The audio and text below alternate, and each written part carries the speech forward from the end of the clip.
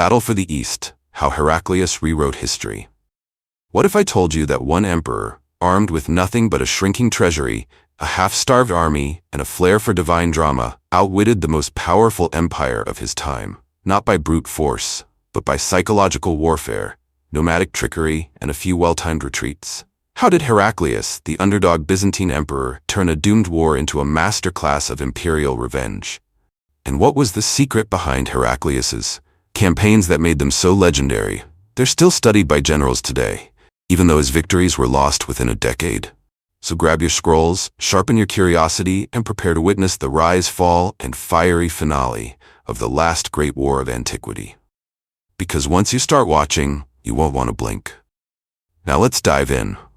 Once upon a time, in 590 AD, Persia was having one of those I hate my king moments. Khosrow II, the Sasanian monarch, was booted out by his own nobles. Where did he flee? To his frenemy, the Byzantine emperor Maurice. Maurice, ever the opportunist, said, "Sure, I'll help you reclaim your throne, but I want Armenia." Khosrow agreed, got his crown back, and handed over the highlands like a man paying off a bar tab with his house keys.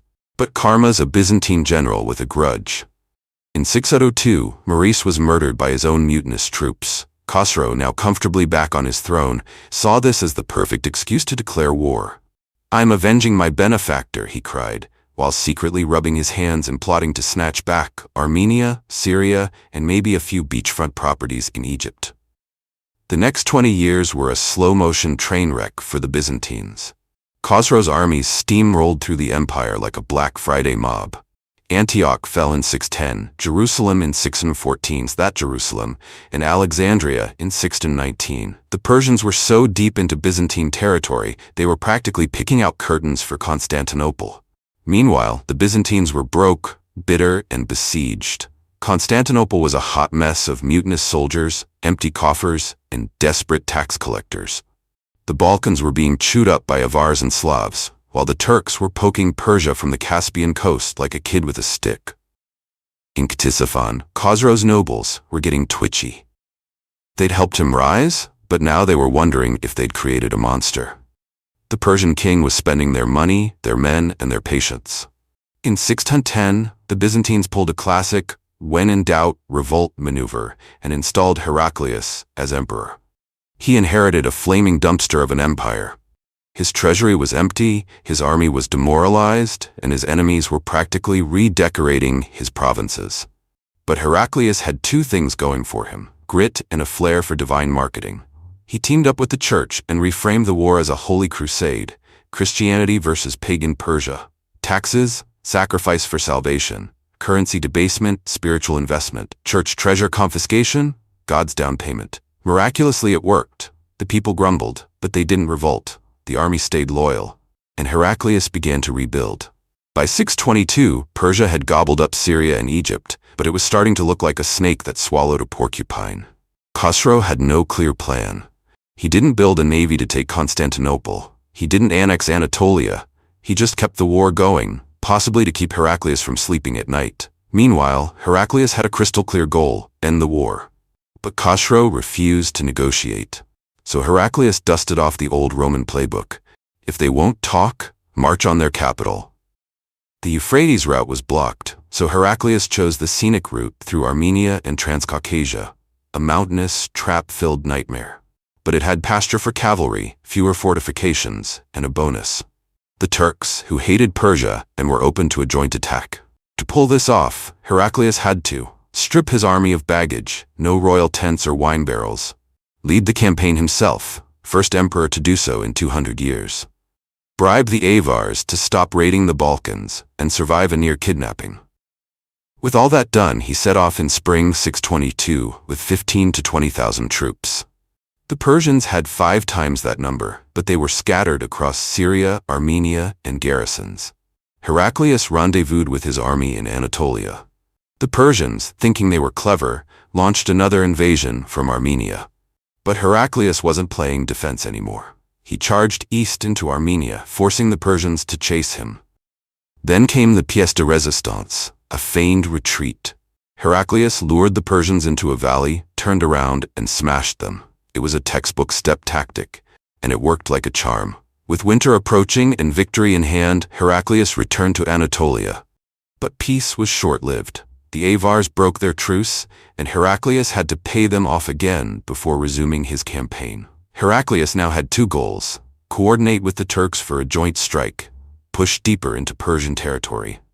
Now pause for a sec. Step into the extraordinary. Subscribe to Eccentric Digital Pixel. Welcome to the wild frontier of creativity, where pixels pulse with imagination and every frame tells a story you've never seen before. We don't follow trends.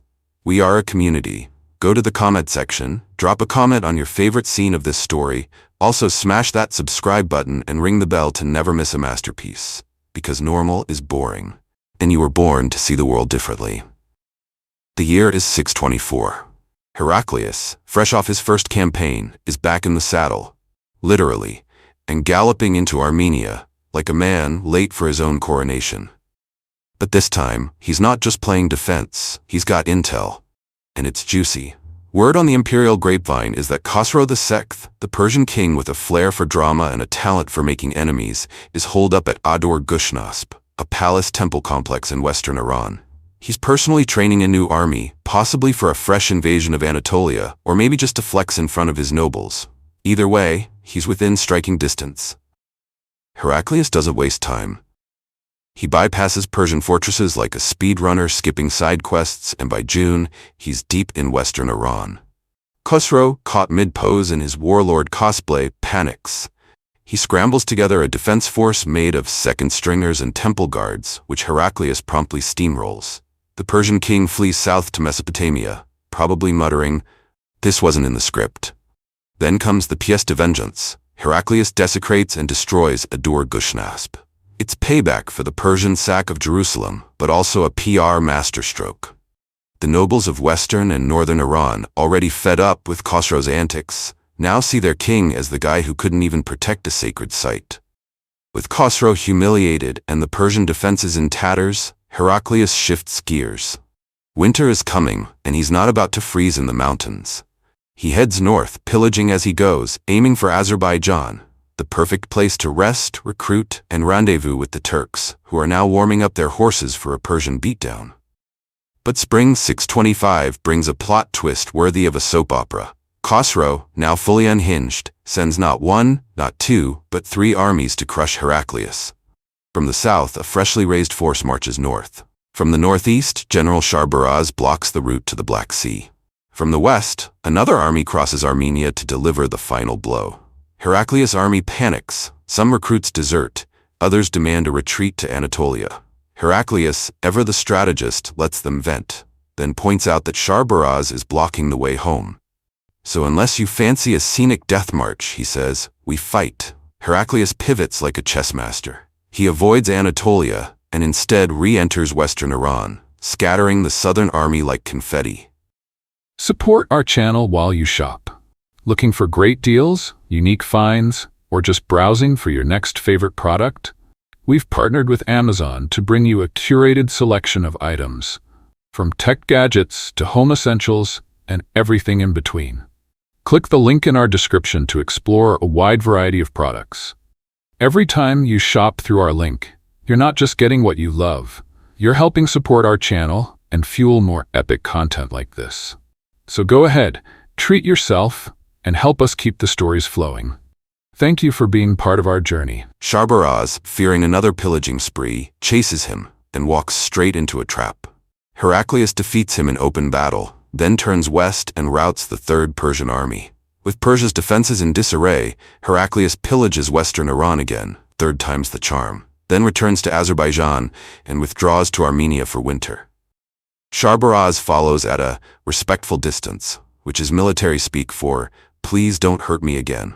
Heraclius obliges by defeating him one last time before the snow falls. Just as Heraclius is sipping victory wine and waiting for the Turks to join the party, bad news arrives. The Avars, those pesky steppe marauders, have broken their truce and are assembling their biggest army yet to attack Constantinople. Coincidence? Not likely. Persian meddling is suspected. Heraclius shelves his plans for 626 and heads to central Anatolia. But instead of taking the direct route east, he detours through northern Syria to disrupt any Persian support for the Avars. Sharbaraz gives chase again and again gets repelled. Now back in friendly territory, Heraclius faces a choice: return to Constantinople or stay with the army. He chooses the latter, sending only a small force to defend the capital. Why? Because Constantinople is a fortress with double walls, a navy that rules the Mediterranean, and defenders who know their way around a siege. The Avars, despite their numbers, have the logistics of a picnic. They can't last long. Late July 626, the Avars arrive outside Constantinople. After a week of hard fighting, they run out of supplies and retreat. A Persian force under Sharbaraz appears on the opposite coast, but the Byzantine navy blocks any attempt to link up. The Persians slink back to Syria. Meanwhile, Heraclius repels a Persian invasion of western Anatolia, and the Turks finally erupt into Azerbaijan and western Iran, devastating Persian lands for the third year in a row. Historians call 626 the climax of the war. But really, it's Khosrow's desperate Hail Mary, a gamble to keep Heraclius away from Persia and maybe trigger a coup. It fails spectacularly. Khosrow now faces enemies on all fronts and nobles who are sick of watching their estates burn while being blamed for losing. General Sharbaraz, once Persia's golden boy, goes curiously quiet in Syria, refusing to act even when he could save his king. With the Avars defeated, the Persians retreating, and the Turks in the war, Heraclius prepares his final move. In 627, the Byzantines and Turks launch a joint invasion of Transcaucasia, smashing through natural and man-made defenses that once protected Persia's heartlands. Their goal? Devastate Mesopotamia and western Iran until Ctesiphon, the Persian capital, begs for peace. The year is 627. Heraclius, now a seasoned warlord with a flair for drama and divine justification, launches his final campaign with the Turks by his side. The Byzantines sweep along the Black Sea coast like a tide of vengeance, while the Turks thunder into Azerbaijan, razing everything in their path. But one fortress stands in the way of their glorious rendezvous, Tiflis. This stubborn vassal fortress, perched like a smug cat on the Caucasus, refuses to fall, even against the combined might of Byzantium and the Turkish horde. It's the military equivalent of trying to open a pickle jar with 2 hands and a crowbar. By September, the Turks retreat north to avoid being snowed into the Caucasus like frozen kebabs. Heraclius, staring down the barrel of a wasted campaign season, has a choice: go home and sulk, or gamble everything on a surprise move. He chooses option 2, the imperial curveball. Pretending to retreat through Armenia, Heraclius suddenly veers south into western Iran. The local Persian army, caught off guard and probably still recovering from last year's pillaging, scrambles to pursue. By mid-October, Heraclius crosses the mountains into Mesopotamia, the beating heart of the Sasanian Empire. This is Khosrow's turf, his pride, his power base, and Heraclius is now stomping through it like a man who's lost all patience and found a torch. In November, the Persians launch a desperate attack near Nineveh. Heraclius responds with his signature move, the feigned retreat. The Persians chase, the Byzantines turn, and once again, the imperial hammer falls. Now, only palace guards and second-rate troops stand between Heraclius and Khosrow. The Persian government spirals into panic. Khosrow flees to Ctesiphon, purges his nobles, and starts grabbing anything not nailed down to defend the capital. Meanwhile, Heraclius is on a scorched earth tour, pillaging estates, torching palaces, and publicly announcing that next year, he'll be back, and he's bringing the Turks. But Mesopotamia, with its irrigation canals and soft terrain, isn't ideal for Byzantine cavalry, and Ctesiphon, even in chaos, is still a fortress. So in January 628, Heraclius turns north and begins the long trek home. For Khosrow, this is the final straw. His nobles, fed up with his paranoia, failures, and scorched estates, overthrow and execute him in February. What follows is a royal free-for-all. 11 kings crowned in 6 years, each one less stable than the last.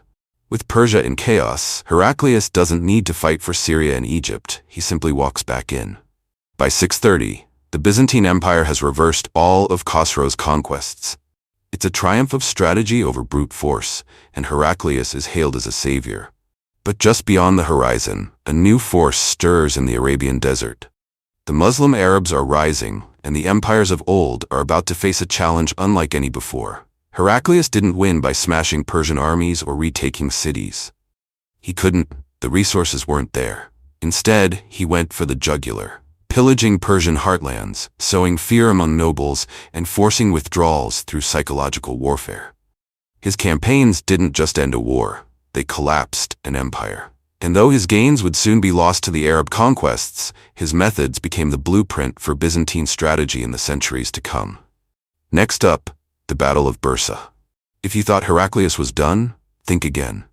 The next chapter takes us to the Battle of Bursa, a clash of cultures, tactics, and ambition.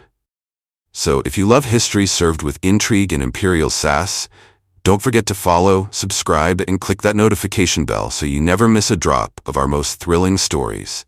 You won't want to miss what's coming next.